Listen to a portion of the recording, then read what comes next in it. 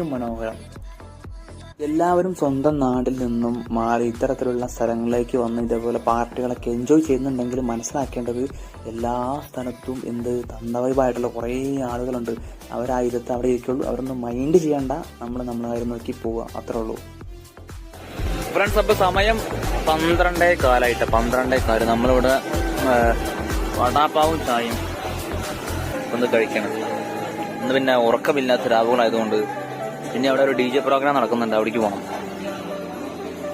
അപ്പൊ അതാണ് നമ്മുടെ ഗോവയിലെ നൈറ്റ് ലൈഫ്. ഗോവയിൽ വന്നു കഴിഞ്ഞാൽ പിന്നെ നമുക്കൊരു എംബ്ലം നോക്കണം കേട്ടോ. എംബ്ലത്തേതാ? എംബ്ലം അല്ല, ഈ ഗോവ 150.